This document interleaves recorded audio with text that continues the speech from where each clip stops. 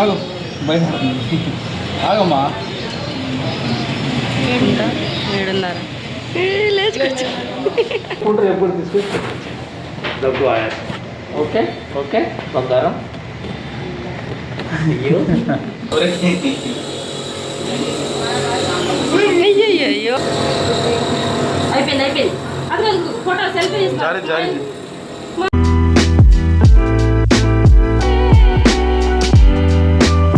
Hi hello అండి, అందరికీ నమస్కారం. Welcome to my channel Arha official vlogs. అందరూ ఎలా ఉన్నారు? బాగున్నారా? మేమైతే బాగానే ఉన్నాం. మీరందరూ బాగుండాలని మనస్ఫూర్తిగా కోరుకుంటున్నాను. ఈరోజు వ్లాగ్ ఏంటంటే మేము మా అర్హమ్మని హాస్పిటల్కి తీసుకెళ్ళాలనుకుంటున్నాం. ఎందుకంటే 4 days నుంచి దగ్గు జలుబుతో బాగా బాధపడుతుంది. 3 days నుంచి మా హౌస్ పక్కనే ఆర్ఎంపీ క్లినిక్ దగ్గర నెబులైజేషన్ మార్నింగ్ ఈవినింగ్ పెట్టించాము, అయినా యూజ్ అయితే లేదు. అండ్ నాకు తెలిసిన వాళ్ళు కూడా చిట్కాలు చెప్పారు. పాపకి మామిడి మీద తమలపాకు విక్స్ వ్యాపరబ్ రాసి గోరువెచ్చగా చేసి పెట్టమని, అండ్ వాము స్మెల్ చూపించమని దోరగా వేపి అన్నీ ప్రయత్నించాను, బట్ యూజ్ అయితే లేదు. నైట్ టైం హెవీగా బాధపడుతుంది పాపం. నోస్ అయితే కంప్లీట్గా బ్లాక్ అయిపోతుంది. దగ్గు కూడా నైట్ టైమే ఎక్కువ వస్తుంది, డే టైంలో నార్మల్గానే ఉంటుంది. సరిగా నిద్ర కూడా పోవట్లేదు. పాలు తాగుదామంటే నోరు క్లోజ్ చేసేసరికి నోస్లోంచి శ్వాస తీసుకోలేక చాలా బాధపడుతుంది. పాలు కూడా తాగట్లేదు. ఇంకా మాకైతే అలా చూస్తూ చాలా బాధేస్తుంది. సో అందుకే ఇంకా హాస్పిటల్కి తీసుకెళ్ళాలని డిసైడ్ అయ్యాము.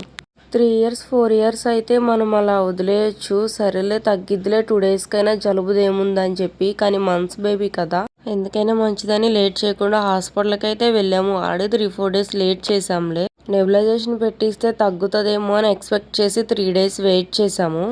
బట్ ఇంకా యూజ్ లేదని చెప్పేసి హాస్పిటల్కి తీసుకెళ్ళాలని ఫిక్స్ అయ్యాము. మా హస్బెండ్ అయితే డ్యూటీకి వెళ్ళారు. 8:30కి వెళ్ళిపోయారు. హాస్పిటల్కి తీసుకెళ్ళాలంటే లీవ్ పెట్టడం ఎందుకు, ఎలాగ డాక్టర్స్ 8:30-9 ఆ టైంలో ఉండరు కదా. నేను 12-12:30 వరకు వర్క్ చేసి ఒక 1 or 2 hours పర్మిషన్ అడిగి వస్తాను అని చెప్పి వెళ్ళారు. ఈ లోపు నన్నైతే వర్క్స్ అన్ని ఫినిష్ చేసుకొని ఉండమన్నారు. పాపను కూడా స్నానం చేయించి రెడీగా ఉంచు, వచ్చాక హాస్పిటల్కి వెళ్దామని అన్నారు. సో ఇంకా నేను ఇంట్లో పనులన్నీ ఫినిష్ అయితే చేసుకుంటున్నాను. అర్హమ్మ అయితే నా దగ్గర లేదు, మా పక్క పోర్షన్లో అమ్మమ్మకి అయితే ఇచ్చాము. అమ్మ చూసుకునిద్ది పాపని.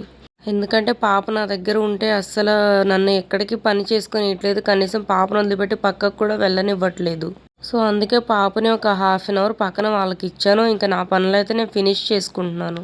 పెద్దవాళ్ళకి జలుబు చేస్తే ఒళ్ళంతా భారంగా తిక్కగా అనిపిస్తుంది కదా. పాపం పసిపిల్లకి ఎలా ఉందో.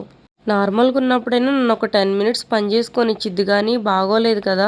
సో తనైతే నన్ను పక్కకి వెళ్ళనీయట్లేదు. ఇంతకు ముందు వరకు మా అర్హమ్మ మా పక్క పోర్షన్లో అమ్మమ్మ దగ్గర కనీసం ఒక 1/2 hour 1 hour అన్నా ఉండేది. ఇప్పుడు 11 months వచ్చినాయి కదా, అందరినీ గుర్తుపడుతుంది.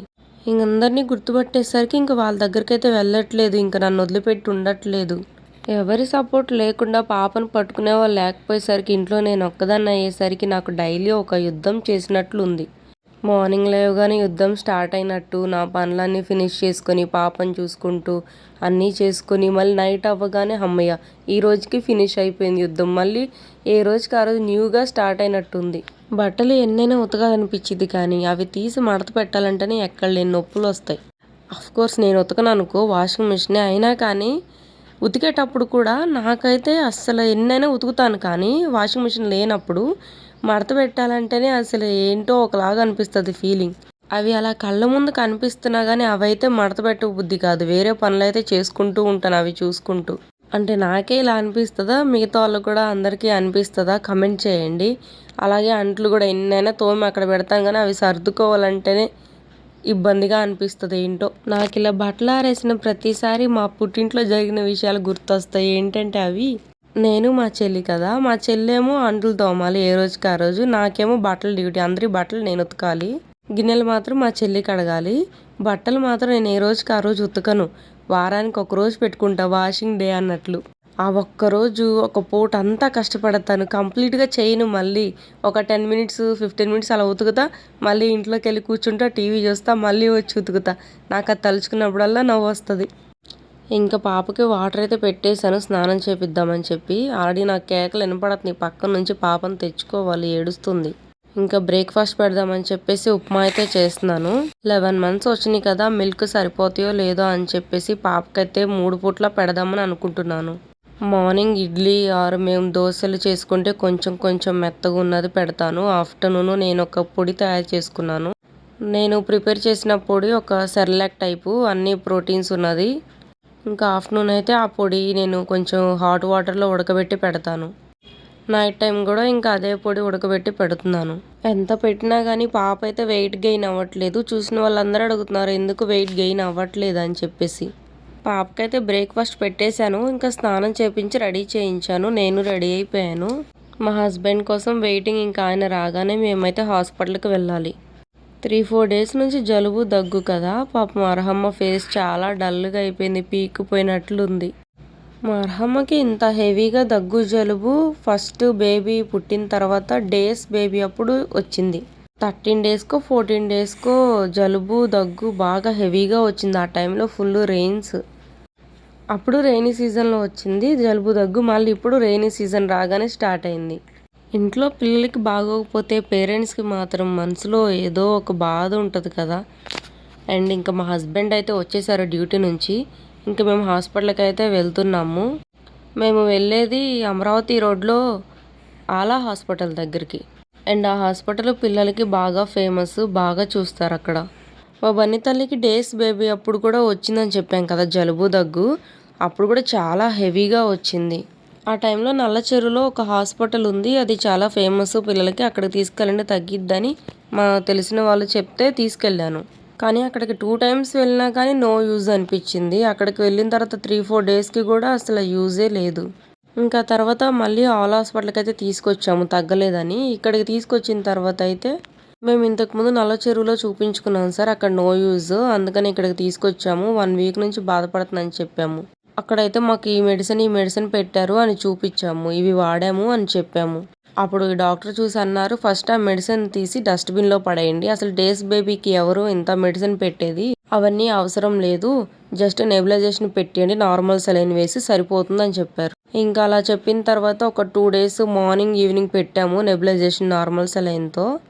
ఇంకా 2 daysకి నార్మల్ అయిపోయింది, 2 daysకి క్యూర్ అయిపోయింది. ఇంకా అప్పుడు అనిపించింది ఇంకా బాగున్నప్పుడు ఇంకా ఆల్ హాస్పిటల్కే తీసుకొద్దామని ఫిక్స్ అయ్యాను. ఇంకా అప్పటి నుంచి మా బనేతలకి హెల్త్ ఇష్యూ ఏమొచ్చినా సరే మేమైతే ఆల్ హాస్పిటల్కే తీసుకొస్తాము. ఇంకెక్కడ మా హస్బెండ్ అయితే ఓపీ రాయించారు. ఇంకా మేమైతే వెయిట్ చేస్తున్నాము. చాలా మంది ఉన్నారు, మమ్మల్ని ఎప్పుడు పిలుస్తారా అని వెయిట్ చేస్తున్నాము. పబ్లిక్లో వీడియోస్ తీయాలంటే చాలా ఇబ్బందిగా ఉంది. అసలు తీసేవాళ్ళు ఎలా తీస్తున్నారో ఏమో. నాకైతే అందరూ వీడియో తీస్తుంటే నన్నే చూస్తుంటే నాకైతే తీయబుద్ధి కాలేదు వీడియో. కొంతసేపు కనిపించింది ఇలాంటివన్నీ పట్టించుకోకూడదులే, మన దారిలో మనం వెళ్ళిపోవాలి, చూసేవాళ్ళు చూస్తూనే ఉంటారు, అనేవాళ్ళు అంటూనే ఉంటారని అనుకున్నాను. అలా వెయిట్ చేస్తుండగా మమ్మల్ని అయితే పిలిచారు. ఇంకా మేమైతే డాక్టర్ దగ్గరికి వెళ్తున్నాము లోపలికి.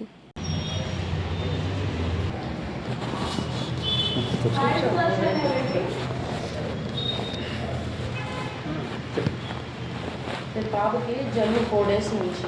నైట్ టైం మాత్రం ముక్కులకు శ్వాస ఆడట్లేదు, దగ్గు నైట్ టైం వస్తుంది హెవీగా. మేము ఆల్రెడీ నెబులైజేషన్ పెట్టించాము 4 days నుంచి. మార్నింగ్ గుర్ర సౌండ్ వస్తుంది సార్ బాగా. బ్రీతింగ్ అప్పుడు నైట్ టైం కొంచెం బిగుసుకుపోతుంది బాగా. సోడియం క్లోరైడ్ డ్రాప్స్ వేసినా కానీ రిలీఫ్ ఉండట్లేదు. జలుబు ఇంకేంటి దగ్గు వస్తుంది.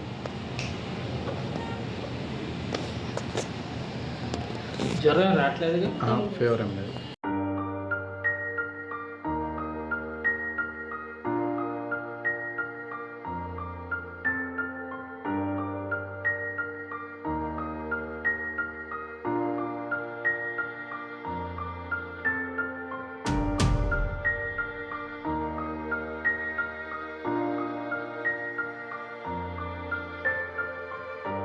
ఎప్పుడు తీసుకొచ్చి దగ్గు ఆయాసం. ఓకే ఓకే బంగారం. ఇంకా డాక్టర్ గారు అయితే మెడిసిన్ రాసి ఇచ్చారు. సో ఇంకా పక్కనే ఉన్న ఫార్మసీలో మెడిసిన్ తీసుకుంటున్నాము.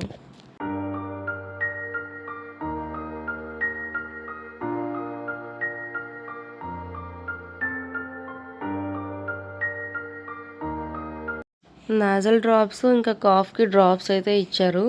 ఇంకా పాపకి నెబులైజేషన్ పెట్టించమన్నారు కదా డాక్టర్ గారు. సో ఇంకా నెబులైజేషన్ పెట్టించడానికి వెయిట్ చేస్తున్నాము. ఇంకా నెబులైజేషన్ పెట్టించుకొని ఇంకా ఇంటికి వెళ్ళటమే. నెబులైజేషన్ పెడుతుంటే అస్సలు పెట్టించుకోవట్లేదు మా బన్నీ తల్లి. ఎంత అల్లరి చేస్తుందంటే ఆ వైర్ పీకేస్తుంది అండ్ అది నోట్లో పెట్టుకోవాలని చూస్తుంది. అయ్యో అవన్నీ ఉంచుకో, దగ్గు తగ్గిద్ది తొందరగా.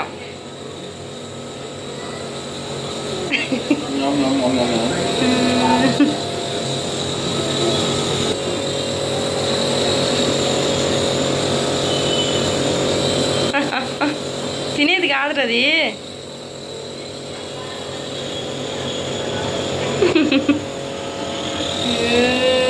ఏది నాకే పోయింది ఎక్స్ప్రెస్. పెట్టుకో పెట్టుకో పెట్టుకో, దగ్గర పెట్టుకోద్ది.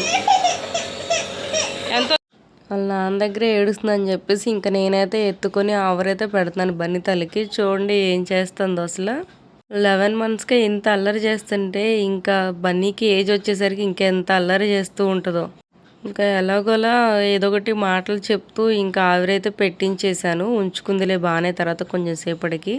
ఇంకా మేము ఇంటికైతే వెళ్తున్నాము. హాస్పిటల్లో చూయించుకోవడం అయిపోయింది, తొందరగానే అయిపోయింది, టైం పట్టిద్ది అనుకున్నాం. కానీ గుంటూరులో ఉండే వాళ్ళకి నా వీడియోస్ చూస్తూ ఉంటే all hospital is the best hospital for kids అండి, నా ఎక్స్పీరియన్స్తో చెప్తున్నాను. ఇంకా ఇంటికైతే వచ్చేసాము. ఇంకా మా హస్బెండ్ డ్యూటీకి వెళ్ళిపోవాలి లంచ్ చేసేసి. ఇంకా మా బన్నీ తలకి క్యూర్ అయిందో లేదో మళ్ళీ నేను నెక్స్ట్ షార్ట్లో పోస్ట్ చేస్తాను. ఇంక ఇవాళ వ్లాగ్ అయితే ఇంతే. నా వీడియోస్ నచ్చినట్లయితే దయచేసి సబ్స్క్రైబ్ చేసుకొని సపోర్ట్ చేస్తారని మనస్ఫూర్తిగా కోరుకుంటున్నాను. ఆ వీడియోస్కి లైక్స్ అయితే ఇవ్వండి, ఇంకొంతమంది చూడడానికి ఛాన్స్ ఉంటుంది. సరే ఉంటా మరి, బాయ్. సబ్స్క్రైబ్.